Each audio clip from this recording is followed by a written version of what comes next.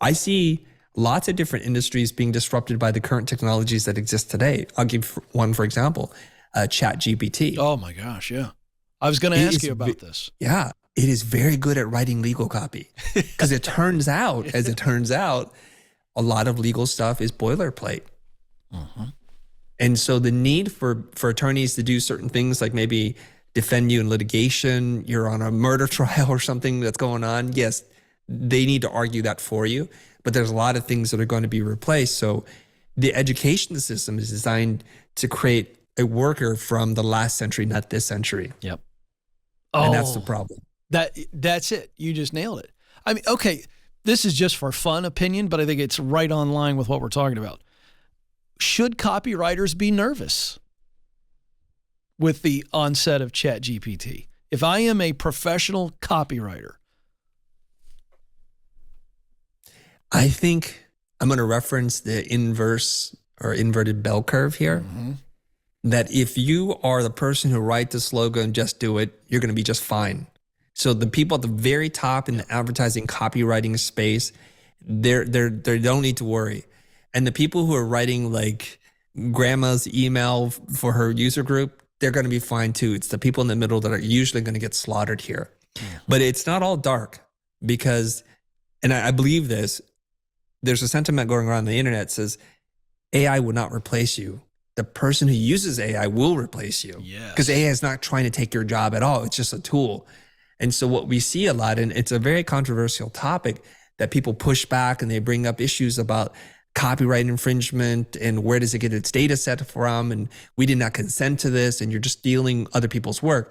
So while they sit there and debate the merits of it, there will be other people in the same class as them who are using it, who are figuring out new and innovative ways to use AI to empower them and assist them. My content team, the entire company, we're only 12 people. There's some independent contractors that are not counted in this, but I told them at a staff meeting last week that if we all embrace AI and use it, we can act like a team of 100, and I'm not exaggerating here. Yeah. So now I can compete with much bigger companies. And so this is a wake-up call for many of you. If you've not explored it, if you've not tried it because you have old ideas as to what it can and cannot do, I highly encourage you because you might be one of those people in the middle. Yeah, I agree. And to support what you're saying, I messed around on it the other day. I can't sign up. I'm on the waiting list because I'm so late to the game. And but a friend of mine had it up. So I just typed in for fun, what is the meaning of work? I talk about this all the time. I have very clear thoughts. I just wanted to see what it pull up. It was unbelievable, Chris, how much valid, legitimate stuff that I did not take issue with, agreed with it, and how quickly it aggregated from all the things that have been written out there. And the way I took it in that moment, I was blown away. And then I just said, this gave me, in 5 to 7 seconds, what would have taken me 50 minutes to read all of the articles that this probably pulled from. So I look at it as something that's positive. I don't look at it as plagiarism. There's nothing new under the sun. I'm a professional content provider. I've never come up with one original idea in my mind. And so all that to say, Chris, it's like, I'm going to go read those articles anyway to see people that I respect, that I look up to, that have studied it longer, have greater influence. What are they saying? Does it square with what I believe? I actually think it's a great tool to learn faster and learn better. And I love your approach to that. I'm really curious what school systems are going to do with it, though. You know? They're probably scratching their head. They don't even know what's up, right? They haven't responded to the last revolution, which is the internet revolution. And now they're like, AI, machine learning, what? So there's cycles behind. Oh, but there's something I wanted to point out.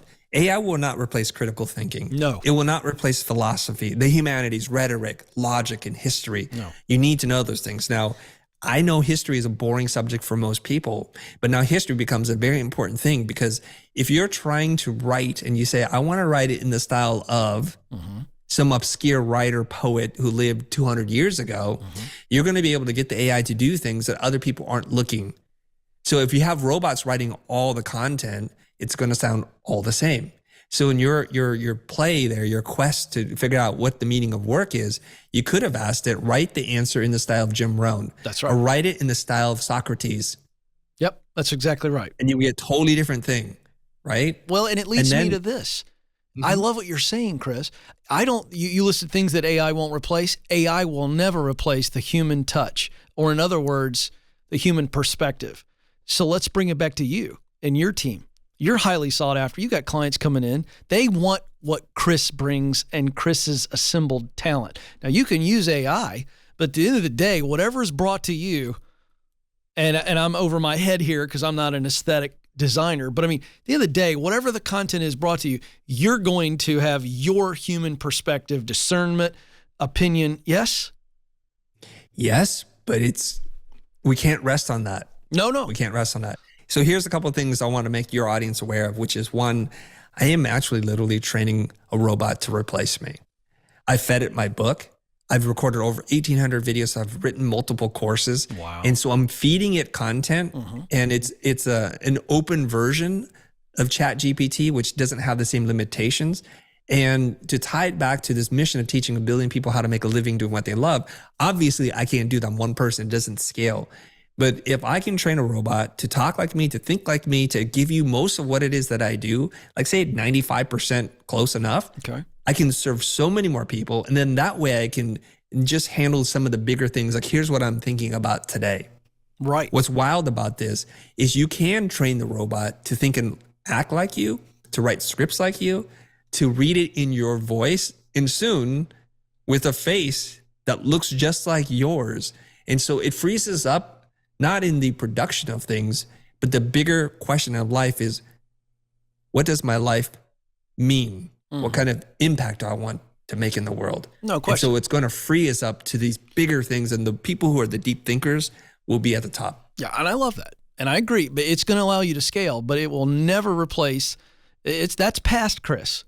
And stuff that you believe fundamentally that won't change. But every day, Chris, and I'm glad you said that, so I want the audience to catch that, because I admire you for saying that. I mean, you're still going to be out there thinking, feeling new things and new visions and ideas. So I think that's the beautiful combo. All right, you just said something, your tagline, it's right in line with what I do and everything that I write. Doing what you love, work you love. I have been troubled, Chris, by well-known people. If I said their name, you may know them personally, and I admire them. But they'll go on social media and they'll say things like, this idea of passion, and they poo-poo passion. Now, I would be the first to say chasing passion alone is silly. You got to have the talent, right? But this idea of doing what we love, I still find that to be a really big uphill battle, because I just think so many people for generations have looked at work as a utilitarian function. In other words, I work to live. I just want you to talk about, why do you focus on this message of helping people do work they love? Why does that matter to you? Why should it matter to everybody?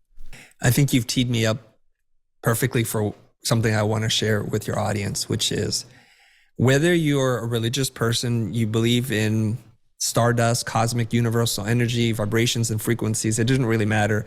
I do believe this in my heart, that given the number of variables that each and every single person has, your height, your weight, your width, your skin color, your eye color, the way your brain is wired, your preferences for things, makes you unique in the world, like 1 in a trillion. Yes. There's only 8 billion people on the planet. It means you're totally unique. Whether you have 2 functioning eyes, you're deaf in one ear, it doesn't really matter. You're totally unique. And our purpose in life is to find our gift. Yeah. And it's something that people might go to the grave with, never knowing, because they were told to do X, Y, and Z instead of what they knew in their heart was right. And so I think what we have to do is get in connection and alignment with what our gifts are.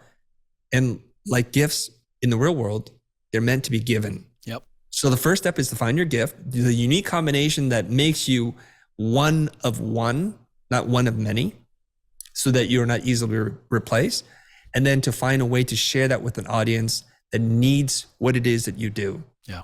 So the old way is become a lawyer. It doesn't matter if you care about it or not, if you're passionate about it. But here's the thing.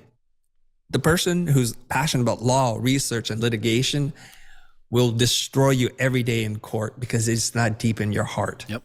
When you're motivated extrinsically by what other people want of you, you're never going to be able to compete at that level in which people who are intrinsically motivated, you're just not. I see it in design. I see it in art. I see it in business.